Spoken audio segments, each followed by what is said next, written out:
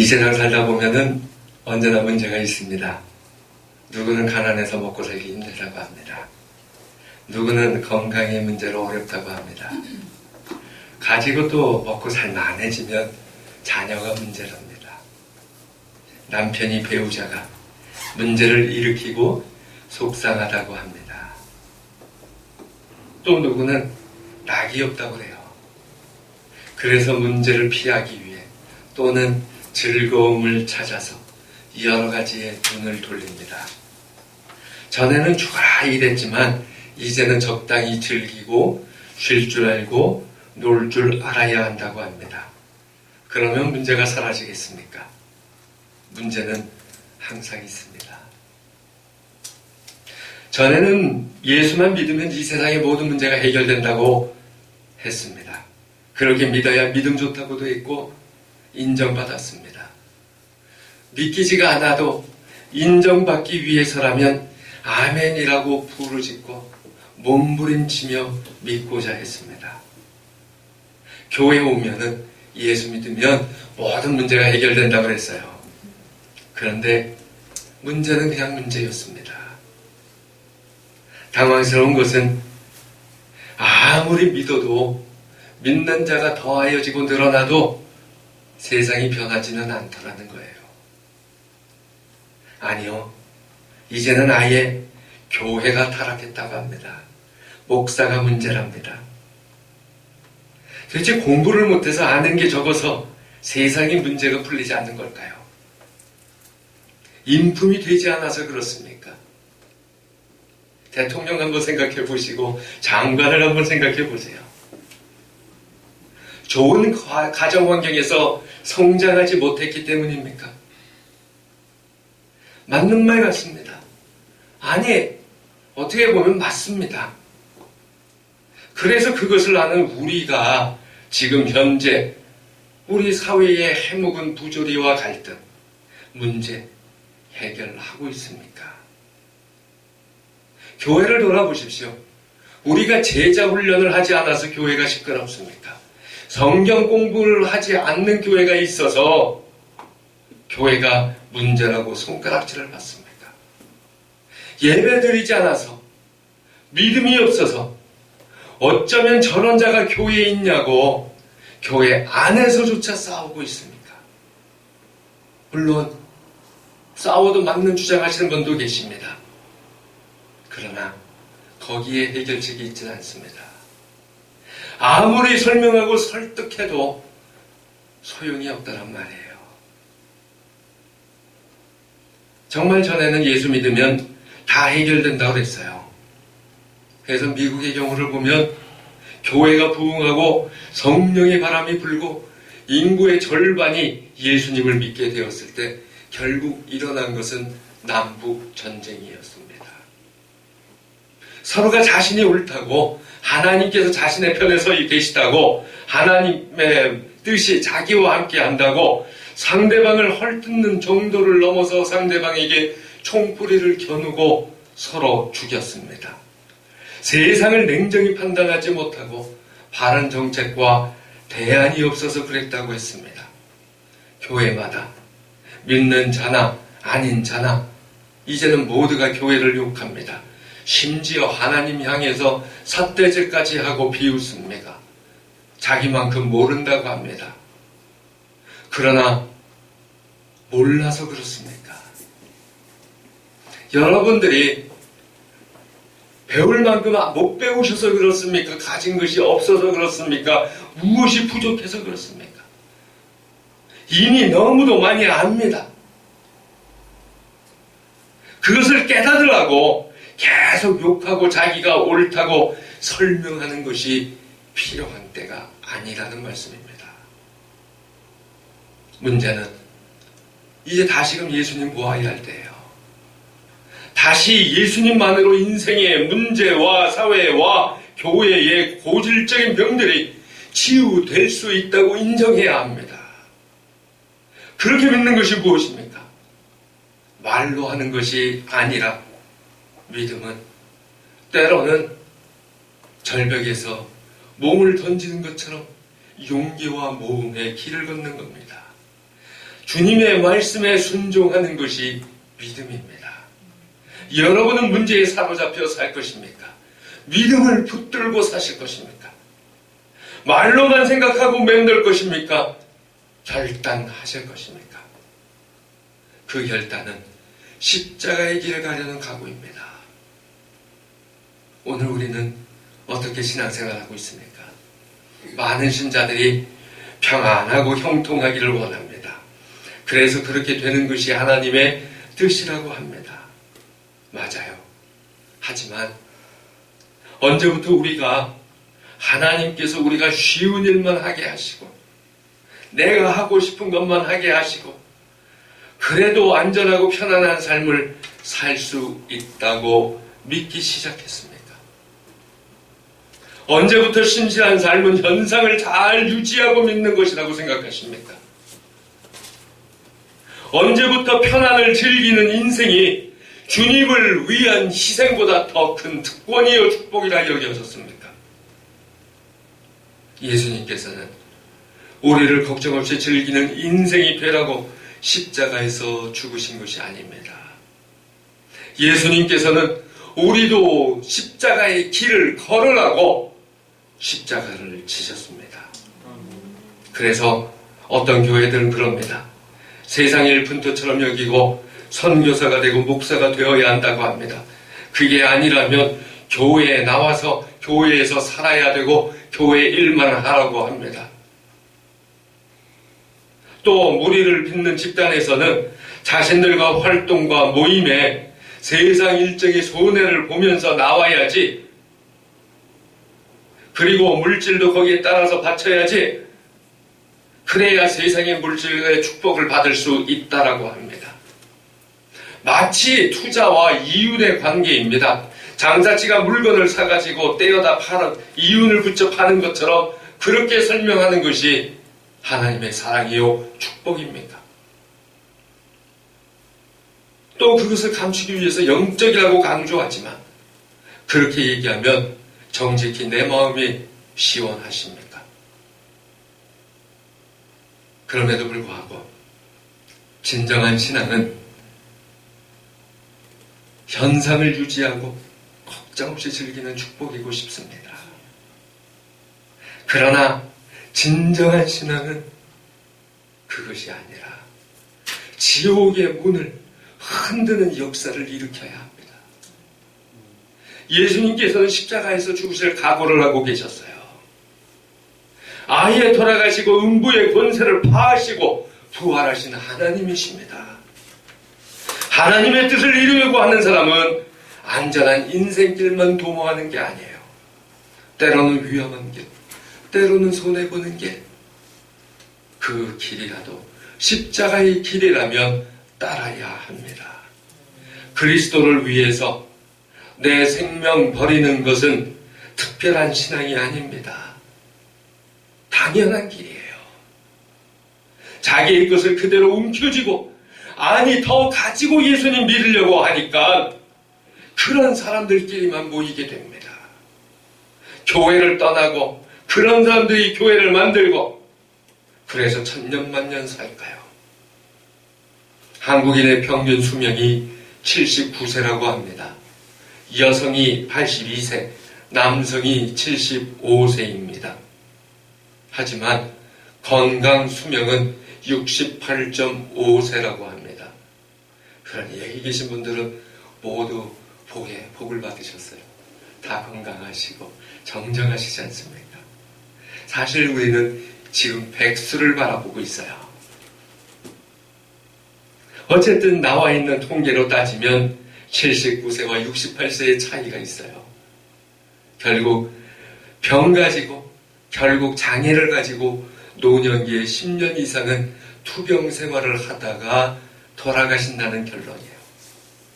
그렇다면 지금 우리는 이제 남은 날을 어떻게 살아야겠습니까? 잘 먹고 잘 살고 즐겁게 있다가 편안히 가는 것이 목표이십니까? 이제 우리는 이런 인생의 목표를 마음속에서라도 이제 버려야 할 때입니다. 크리스천이라고 하는 그 단어는 그리스도를 따르는 사람이라는 의미입니다. 우리 주님께서는 자신이 죽어야 하는 길을 아시면서 예루살렘에 입성하셨습니다. 그리고 그 가운데 고통과 번민과 슬픔이 가득 차 계셨지만 떨치시고 십자가의 길로 들어서셨다는 것이 오늘의 본문입니다. 바로 그러한 주님을 본받아서 우리도 십자가를 칠 각오가 있어야 기독교인이란 말씀입니다. 그렇게 주님 앞에 설 때 주님과 함께 영원한 안식과 영광을 누리는 자가 됩니다. 그렇게 주님을 영접하고 만났을 때 우리에게 영원한 생명이 허락된다는 겁니다. 우리의 인생길은 너무 짧습니다. 태어난 것이 얼마 되지도 않은 것 같고 성장하며 자라며 이리 볶고 저리 지지고 살던 것이 엊그제인데 벌써 이 자리에까지 왔어요.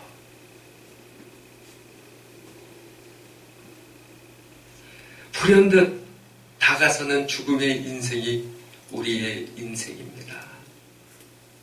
게다가 오는 곳에는 순서가 있었지만 가는 거에는 순서가 없다고 하지 않습니까?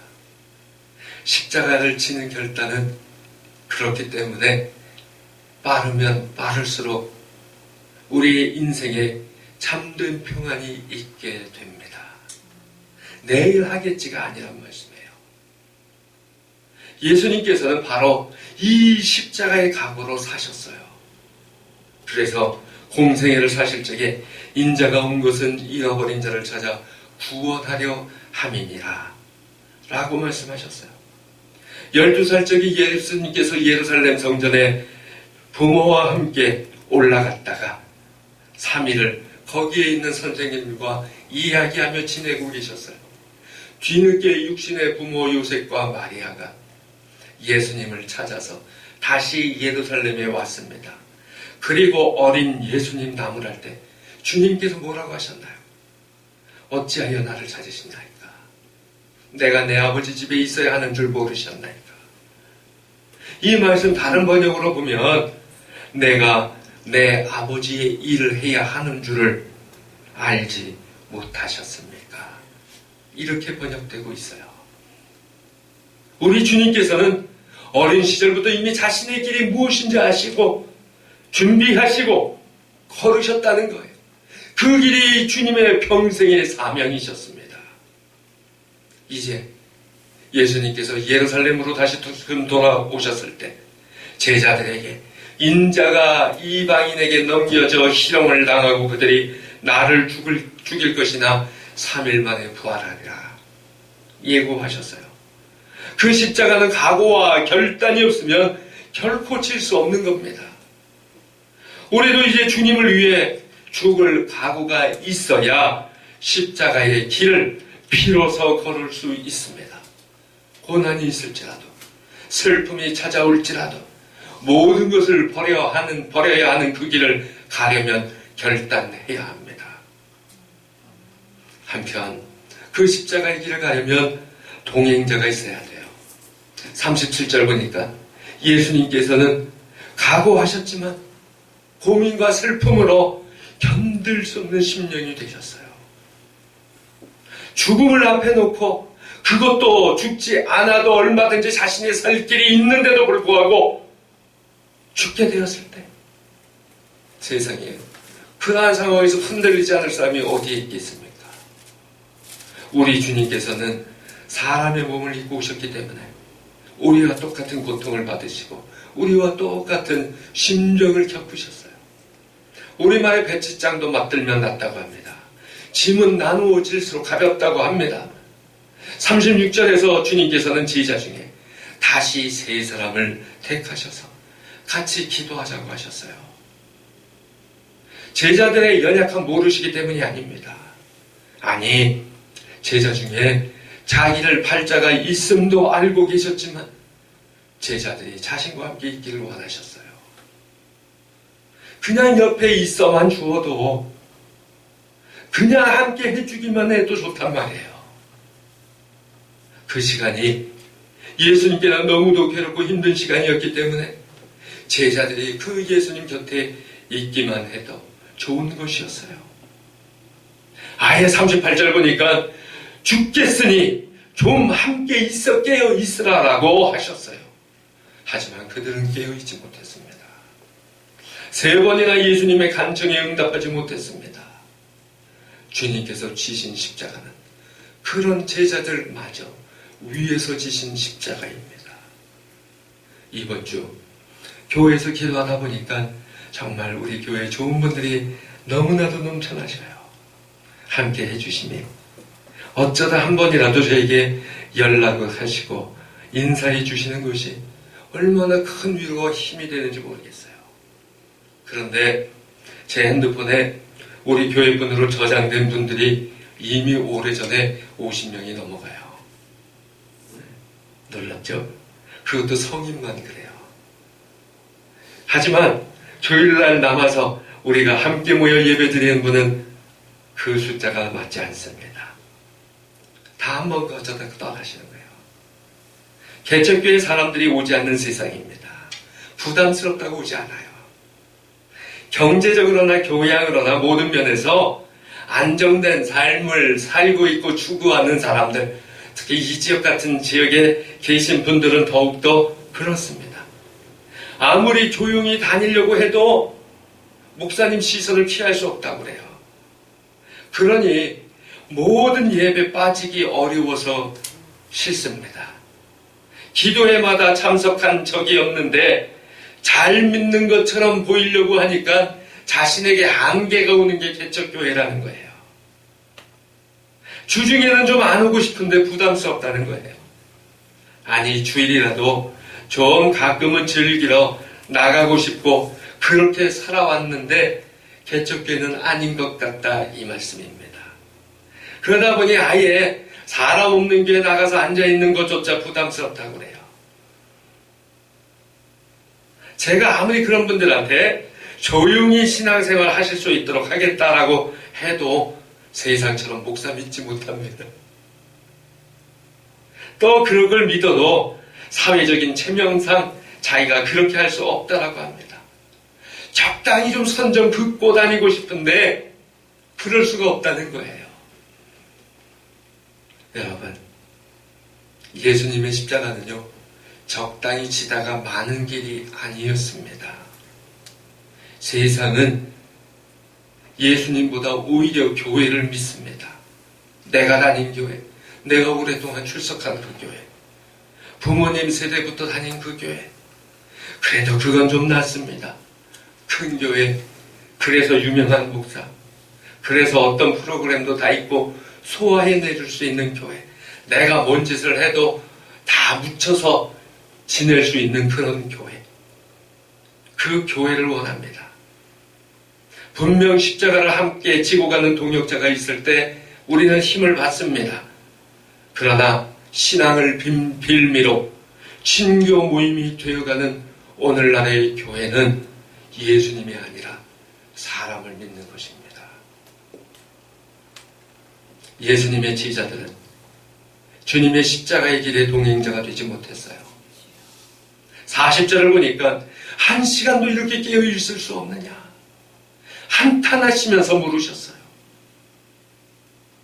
주님께서 그 수많은 무리 가운데 고르고 골라서 모으신 12제자, 그리고도 다시 베드로, 야고보, 요한, 이 고난의 시간 함께하여 주시기를 지명하시고 간절히 원하셨어요.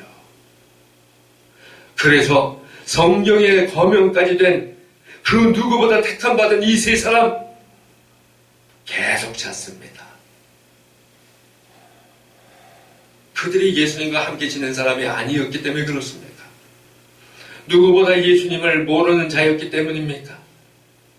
아는 것이 문제가 아니란 말입니다. 생각 좀 한다고 되는 문제가 아니란 말입니다. 그들은 본문 이후 예수님께서 잡히실 때 모두 도망쳤습니다. 베드로는 예수님을 3번씩이나 부인했습니다. 그들은 예수님께서 엄숙하게 하나님 길을 걸어가시고 십자가 지시고 그 고통스럽고 고독한 순간에 골고다에 함께 십자가를 지고 가지 못했습니다. 누가 뭐라고 해도 우리 주님께서 홀로 지신 십자가예요.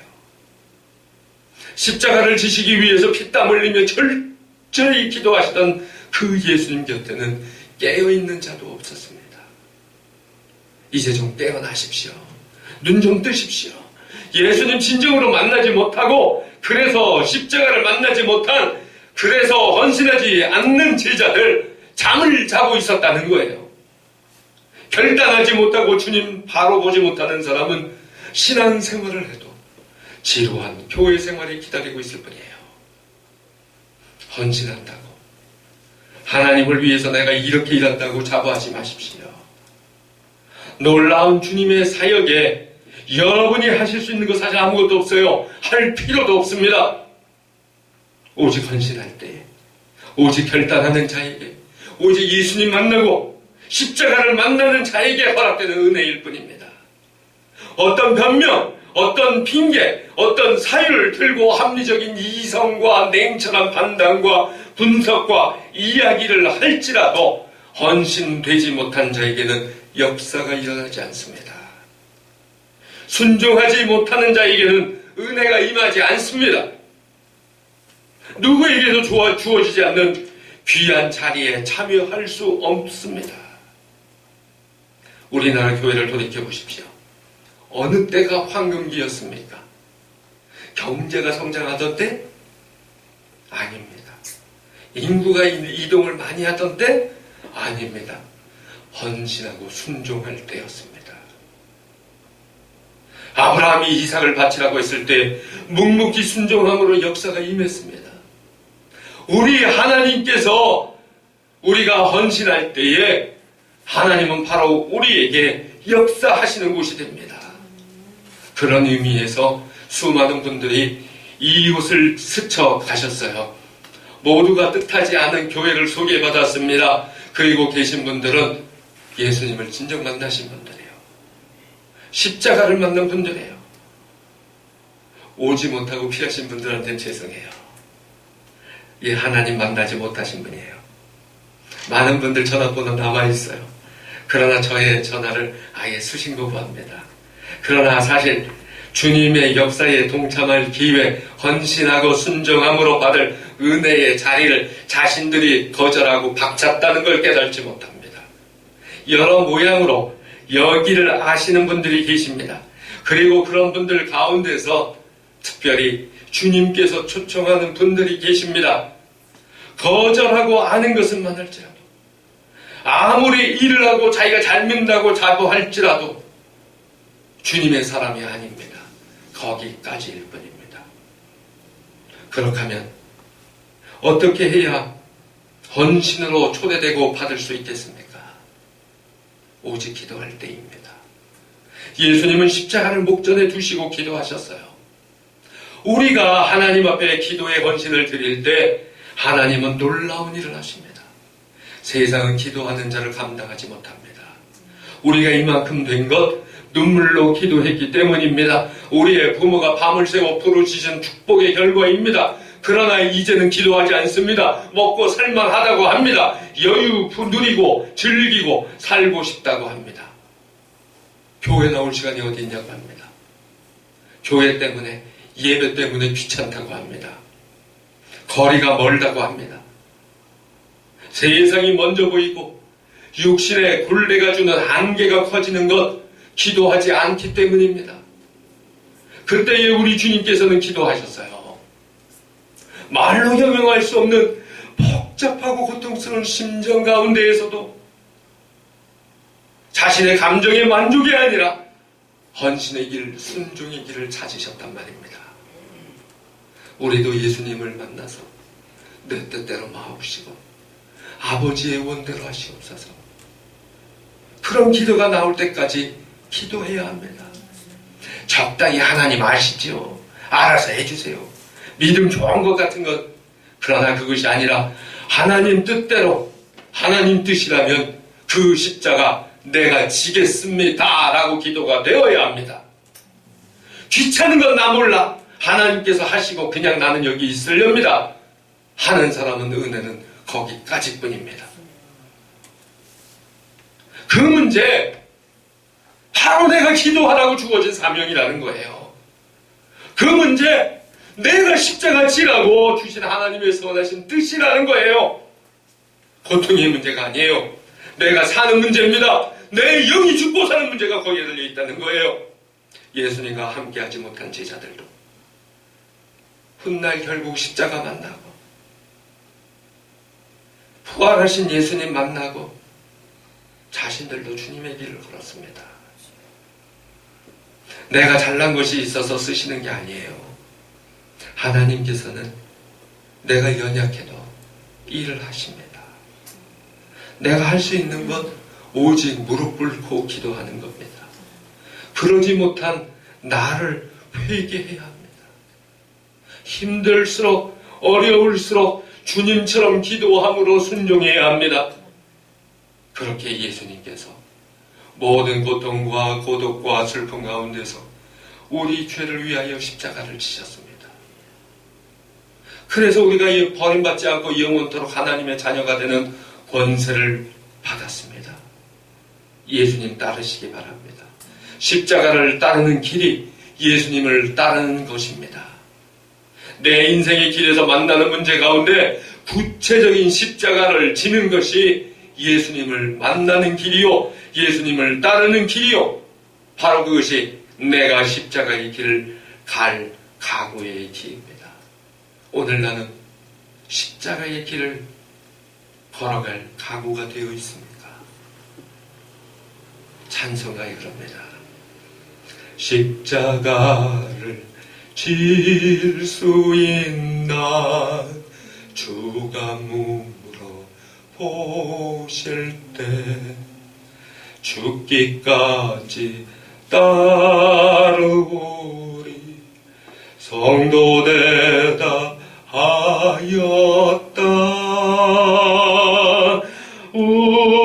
우리의 심령 주의 것이니 주님의 형상